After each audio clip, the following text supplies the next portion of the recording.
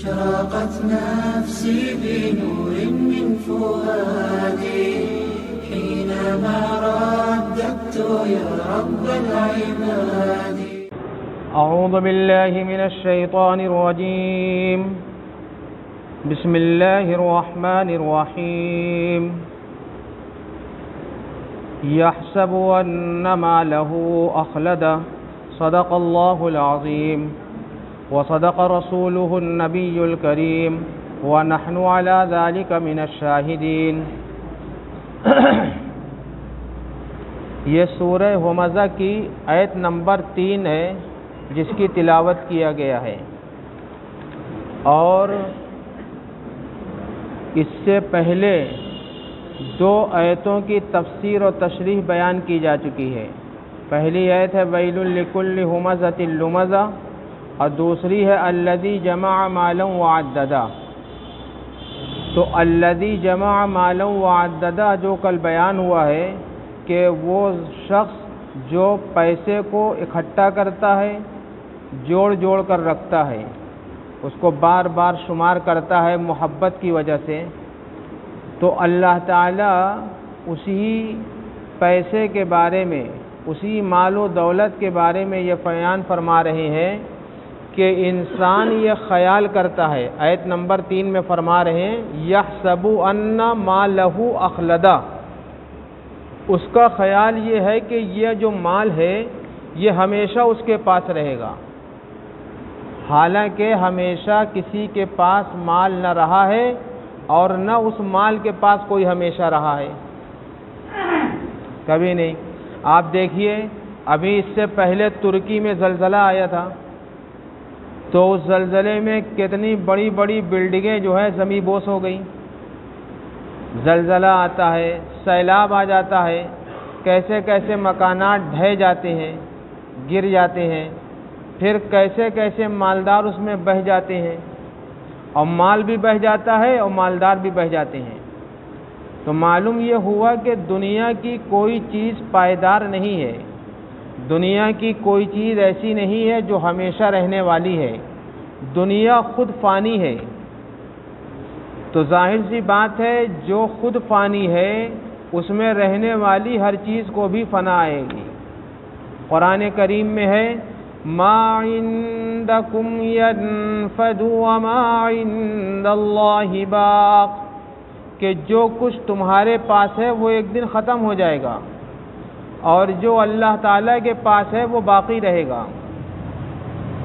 اسی وجہ سے ایک واقعہ ہے کہ نبی پاک صلی اللہ علیہ وسلم کے گھر میں ایک بکری ذبح ہوئی،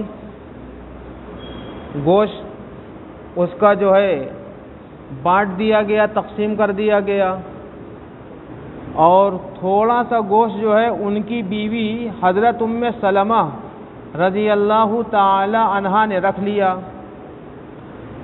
تو نبی پاک صلی اللہ علیہ وسلم کو یہ معلوم تھا کہ آج بکری ذبح ہونا ہے اور بکری کا گوشت جو ہے گھر میں بنے گا، آپ کو یہ بات معلوم تھی. تو حضرت جو ہے نبی پاک صلی اللہ علیہ وسلم نے اپنی اہلیہ محترمہ ام سلمہ سے پوچھا کہ یہ بتائیے کہ جو بکری ذبح ہوئی تھی اس میں سے کچھ گوشت بچا؟ تو ام سلمہ نے کہا کہ جو بکری ذبح ہوئی اس کا سب گوشت تقسیم ہو گیا، کچھ بھی نہیں بچا ہے الا کتف، مگر اس کا ایک شانہ باقی رہ گیا ہے، یعنی گوشت کا ایک ٹکڑا رہ گیا ہے. اور شاید اس کا مفہوم یہ رہا ہوگا کہ یعنی آپ کے کھانے بھر کا گوشت جو ہے رہ گیا ہے. تو آپ صلی اللہ علیہ وسلم نے جواب میں ارشاد فرمایا کہ اے سلمہ،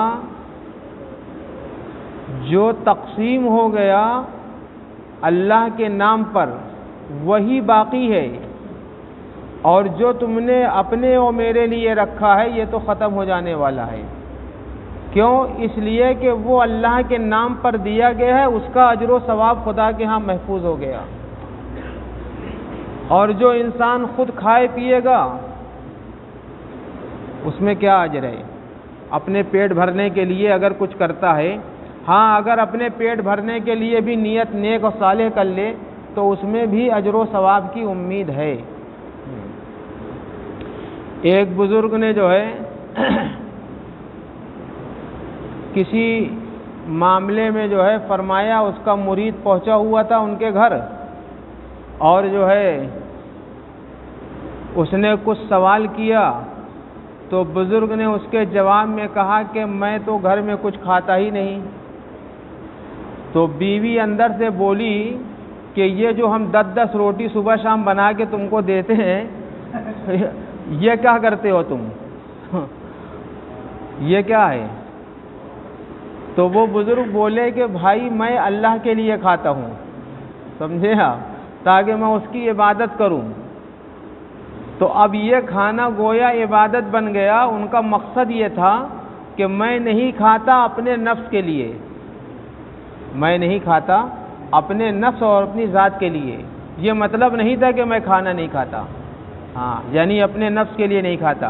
تو اگر کوئی اس طریقے سے کھاتا ہے اللہ کے لیے اور رسول اللہ صلی اللہ علیہ وسلم کی شریعت کے مطابق، تو اس کا وہ کھانا اور پینا بھی عبادت بن جاتا ہے۔ تو بہرحال یحسب ان مالہ اخلدا، کسی کا مال کبھی بھی اس کے پاس نہیں رہے گا ہمیشہ۔ صرف دنیا میں ایک ذات ہے اللہ کی، وہی باقی رہنے والی ہے۔ قرآن میں سورۃ الرحمن میں ہے کل من علیہا فان، ہر چیز پر فنا طاری ہونے والی ہے، ختم ہو جائے گی۔ وَيَبْقَى وَجْهُ رَبِّكَ ذُو الْجَلَالِ وَالْإِكْرَامِ، صرف عظمت والے کرم والے پروردگار کی ذات ہی باقی رہے گی۔ سورہ قصص کی آخری آیت میں ہے كُلُّ شَيْءٍ هَالِكٌ إِلَّا وَجْهَهُ لَهُ الْحُكْمُ وَإِلَيْهِ تُرْجَعُونَ، کہ ہر چیز ہلاک ہو جائے گی، ختم ہو جائے گی، کچھ نہیں بچے گا، صرف اللہ کی ذات باقی رہے گی۔ آتا ہے قیامت کے بارے میں کہ یعنی سب دنیا ختم ہو جائے گی، آخر میں حضرت اسرائیل جو ہے بچیں گے، تو ان سے اللہ تعالیٰ پوچھیں گے کہ هل یبقى من شیء، کیا دنیا میں اب کوئی چیز بچی ہے یا آسمان پہ کچھ بچا ہے؟ تو وہ جواب میں کہیں گے لا، نہیں۔ پھر اللہ تعالیٰ ان کو حکم کریں گے مت، تم مر جاؤ۔ تو وہ جو ہے مر جائیں گے، یعنی کوئی چیز نہیں بچے گی۔ مت کے معنی آتے ہیں مرنا، سمجھ میں آئی بات؟ تو بہرحال جو ہے یہ دنیا میں فنا طاری ہونے والی ہے۔ اور آپ خود دیکھ لیجئے مال کے بارے میں، خود دیکھیے آپ کہ یہ جو مال ہے یہ مال کبھی کسی کے پاس نہیں رہا ہمیشہ۔ بہت سے بچے کہتے ہیں یہ میرے دادا کا ہے، میرے ابا کا ہے، تو معلوم یہ ہوا کہ ابا اور اماں کے پاس سے مال بیٹوں کے پاس پہنچا ہے، یا دادا پردادا کے پاس سے پوتوں کے پاس پہنچا ہے۔ تو آخر دادا اور دادی یا اماں ابا سے چھوٹا نا مال، پھر جن بیٹوں اور پوتوں کے پاس آیا ان سے بھی تو ایک دن چھوٹ جائے گا، ختم ہو جائے گا۔ یحسب ان مالہ اخلدا، یا یہ خود کھا پی کے ختم کر دیں گے یا چھوڑ کے ختم کر دیں گے۔ قرآن میں ہے کہ وَلَهُ الْحُكْمُ وَإِلَيْهِ تُرْجَعُونَ، اللہ کی ذات باقی رہے گی اور تمام حکم کس کے لیے ہے؟ اللہ کے لیے ہے، اسی کی جانب سب کو لوٹ کر جانا ہے۔ دنیا میں آپ دیکھ لیجئے کہ شداد کے بارے میں بہت مشہور ہے کہ شداد نے ایک زبردست جنت بنائی تھی، اور اس کا ارادہ یہ تھا کہ اس جنت میں ہم رہیں گے۔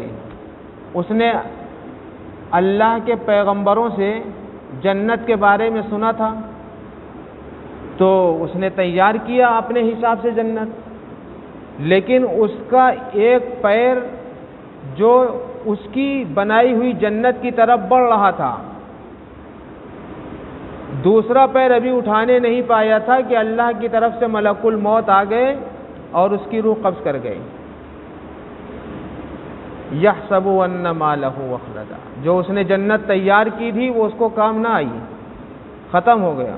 وہ اس سے پہلے ختم ہو گیا۔ عرب میں گیا تھا جدہ میں، تو ایک بہت بھاری شو روم بنا تھا، تو اس شو روم کے پاس سے جب گزرے تو کسی کہنے والے نے مجھ سے کہا کہ یہ شو روم وہ ہے کہ جس کو فلاں سعودی نے بہت زبردست تیار کیا تھا، اور جس دن شام کو اناگریشن تھا اسی دن وہ وفات پا گیا، مال ختم ہو گیا۔ بہت سے ایسے لوگ ہیں۔ تو مال ختم ہونے کا دونوں طریقہ ہے، یا تو مال سے وہ جدا ہو جائے اور یا مال اس سے جدا ہو جائے۔ قرآن کریم میں سورہ کہف کے اندر ایک واقعہ لکھا ہوا ہے کہ دو مرد تھے، قرآن نے مثال میں کہا ہے وَاضْرِبْ لَهُمْ مَثَلَ الرَّجُلَيْنِ جَعَلْنَا لِأَحَدِهِمَا جَنَّتَيْنِ مِنْ أَعْنَابٍ، کہ دو آدمی تھے، ان میں سے ہم نے ایک کے لیے دو باغ بنائے تھے، ایک انگور کا باغ تھا اور دوسرے کھجور کا باغ تھا۔ اللہ تعالیٰ نے بہت لمبا طویل قصہ بیان کیا ہے ان دو آدمیوں کا۔ ان میں ایک غریب تھا اور ایک مالدار تھا۔ جو مالدار تھا اس کو دو باغ دیے انگور اور کھجور کے، اور قرآن کہتا ہے کہ وَجَعَلَ بَيْنَهُمَا زَرْعًا، کہ ان دونوں باغ کے بیچ میں کھیتیاں تھیں، اور آگے قرآن کہتا ہے وَفَجَّرْنَا خِلَالَهُمَا نَهَرًا، کہ ہم نے ان دونوں کے درمیان ایک نہر بھی جاری کر دی تھی۔ تو دوسرا جو اس کا ساتھی تھا وہ بہت غریب آدمی تھا اور یہ بہت مالدار تھا۔ قرآن میں خود ہی اللہ تعالیٰ نے ارشاد فرمایا کہ میں نے اس کو سب کچھ دے رکھا تھا، بہت کچھ دے رکھا تھا۔ تو دوسرے والے نے کہا کہ تم کو یہ جو باغ خدا نے دیا اس کا حق ادا کرو۔ تو وہ کہنے لگا کہ چپ رہو، زیادہ بات نہ کرو، تم یہ مجھے اپنی محنت سے ملا ہے، اللہ نے نہیں دیا ہے۔ وَحَفَفْنَاهُمَا بِنَخْلٍ وَجَعَلْنَا بَيْنَهُمَا زَرْعًا كِلْتَا الْجَنَّتَيْنِ آتَتْ أُكُلُهَا، پھل اگاتے تھے سب۔ تو ایک دن وہ اپنے باغ میں گیا اور ٹہل رہا تھا اور دیکھ رہا تھا کہ بڑا خوبصورت باغ ہے اور اس کے اندر ایک سے ایک جو ہے پھل ہیں اور میوے ہیں۔ تو اس نے اپنے دل سے گفتگو کی کہ یہ میں سمجھتا ہوں کہ جو باغ ہے یہ کبھی ختم ہونے والا نہیں ہے۔ قرآن میں اللہ تعالیٰ نے اس کے دل کے خیالات کا ذکر کیا ہے کہ وہ اپنے دل میں کیا سوچ رہا تھا۔ قال ما اظن ان تبید هذه ابدا وما اظن الساعة قائمة ولئن رددت الى ربي لاجدن خيرا منها منقلبا۔ قرآن نے نقشہ کھینچا ہے کہ وہ اپنے باغ میں داخل ہو کے یہ کہہ رہا تھا کہ میرا یہ گمان ہے کہ یہ باغ ہمیشہ ایسے ہی رہے گا۔ لوگ سمجھتے ہیں نا کہ ہماری کنٹری ایسی ہی رہے گی، پوری کنٹری تباہ ہو جاتی ہے۔ میں نے ایک بار بہت پہلے پیپر میں پڑھا تھا کہ ایک ملک میں طوفان آیا اور زلزلہ آیا، تو جو اس ملک کا بادشاہ تھا اس نے اپنی جان بچائی، پانی کا ریلا تھا، اپنی کار میں بیٹھ کر، یعنی اس کے لیے چھت نہیں تھی کوئی، جلدی ہی کا واقعہ ہے۔ تو بہرحال اس نے کہا کہ یہ باغ ہمیشہ رہے گا، کبھی ختم ہونے والا نہیں ہے۔ تو اللہ تعالیٰ نے جو ہے اس کے اوپر عذاب نازل فرمایا۔ وَأُحِيطَ بِثَمَرِهِ فَأَصْبَحَ يُقَلِّبُ كَفَّيْهِ عَلَى مَا أَنفَقَ، کہ اللہ تعالیٰ نے اس کے سارے باغ کو سمیٹ دیا۔ وَهِيَ خَاوِيَةٌ عَلَى عُرُوشِهَا، وہ گھر اپنی چھت سمیت گرا ہوا تھا اور اس کے سارے درخت باغ میں الٹے پڑے ہوئے تھے۔ قرآن کہتا ہے یقلب کفیہ علی ما انفق، کہ وہ اپنی ہتھیلیوں کو ایسے مسل رہا تھا کہ میں نے اتنا پیسہ اس میں لگایا تھا، سب چلا گیا۔ ارے جب تم نے پیسہ لگایا تھا اور تمہیں نے اگایا تھا تو روک لیتے۔ جب کوئی سمجھا رہا تھا نا تو وہ کہہ رہا تھا کہ خدا نے نہیں دیا ہے، تو پھر جب خدا نے نہیں دیا تو لیا کس نے؟ جو دیتا ہے وہی تو لیتا ہے۔ اس لیے ہر آدمی کو اپنے مال پہ ناز نہیں کرنا چاہیے، بلکہ خدا سے ڈرتے رہنا چاہیے. جو دے سکتا ہے وہ لے بھی سکتا ہے. بھائی ڈپارٹمنٹ نوکری دیتا ہے, ڈپارٹمنٹ نوکری لے بھی سکتا ہے. البتہ ڈپارٹمنٹ کے لیے تو شرط ہے کہ نوکری لینے کے لیے اس کو اصول و ضابطے ہوں گے, کچھ فالو کرنا پڑے گا. لیکن اللہ رب العزت کے لیے کوئی اصول ضابطہ نہیں ہے. ان اللہ علی کل شیء قدیر, وہ ہر چیز پر قادر ہے. لا یسأل عما یفعل, اللہ جو کرتے ہیں اس کے بارے میں پوچھا نہیں جائے گا کہ آپ نے ایسا کیوں کیا. کسی کی مجال ہی نہیں ہے کہ وہ یہ پوچھ سکے اللہ سے. تو بہرحال وہ اپنی ہتھیلیوں کو مل کر رہ گیا. ایسے دنیا میں بہت سے لوگ ہیں جن کا مال ہر وقت ضائع ہوتا رہتا ہے اور وہ ہاتھ مسل کے رہ جاتے ہیں. تو یہ وہی لوگ ہیں جو اپنے مال پہ کیا ہوتے ہیں, نازا ہوتے ہیں. مال ختم ہو جاتا ہے. اور بھی قرآن میں اس طریقے کے تذکرے موجود ہیں کہ جس سے یہ معلوم ہوتا ہے کہ جن لوگوں نے اپنے مال پر بھروسہ کیا, تکبر کیا, غرور کیا, گھمنڈ کیا, ان کا مال ضائع ہو گیا, برباد ہو گیا. آپ دنیا میں دیکھ لیجئے بڑی بڑی حکومتیں نیست و نابود ہو گئیں. اور ویسے بھی جہاں پہ ووٹ ڈالنے کا سسٹم ہے, جہاں جمہوریت ہے, وہاں پہ تو یہ ہوتا ہی رہتا ہے کہ 10 سال کوئی ہے, 15 سال کوئی ہے, 5 سال کوئی ہے, یہ سب ہوتا رہتا ہے. تو جس طریقے سے عہدے اور منصب بھی ہاتھ سے نکلتے ہیں, ایسے ہی ہاتھ سے اس کے مال بھی نکلتا رہتا ہے. کبھی بھی اپنے مال پہ کسی کو ناز نہیں کرنا چاہیے.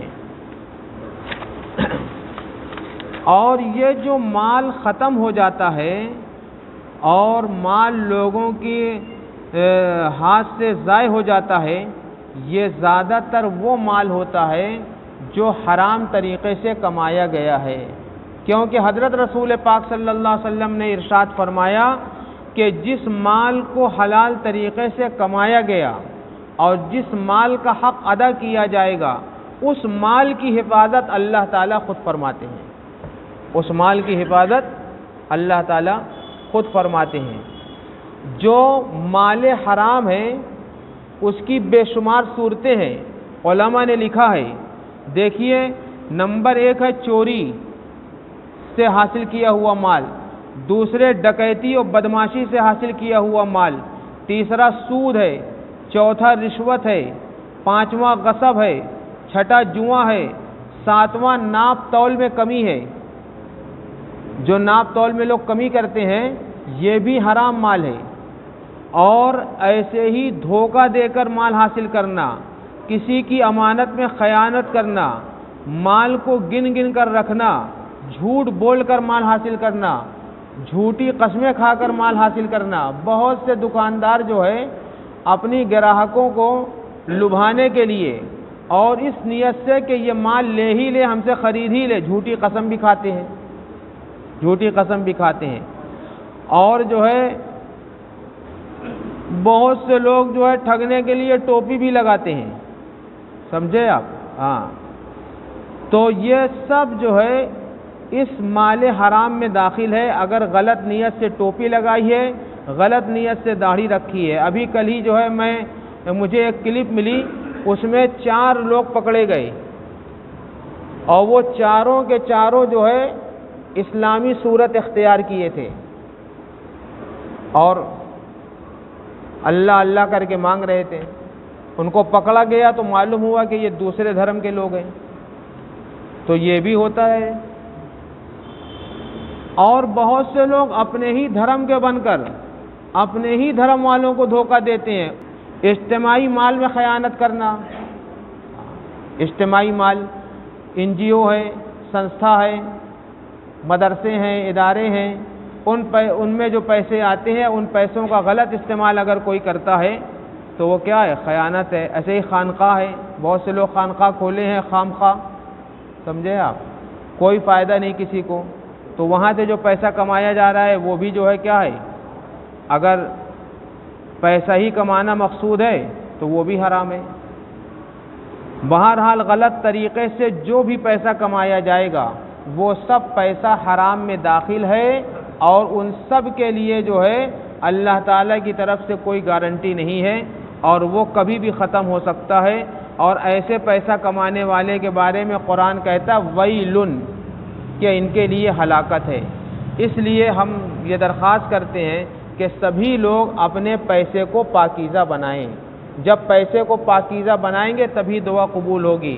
آخری قصہ سناتا ہوں، اسی پہ بات ختم کرتا ہوں کہ کوفہ اور بصرہ کے علاقے، بغداد کے علاقوں میں بڑے بڑے اللہ والے رہا کرتے تھے، جو مسجدوں میں بیٹھ کر یا خانقاہوں میں بیٹھ کر جب بادشاہ ظلم کرتا تھا تو اس بادشاہ کے خلاف دعا کرتے تھے، اور ان کی دعا اللہ تعالیٰ سن لیتے تھے اور وہ بادشاہ ہلاک ہو جاتا تھا یا اس کی حکومت ختم ہو جاتی تھی.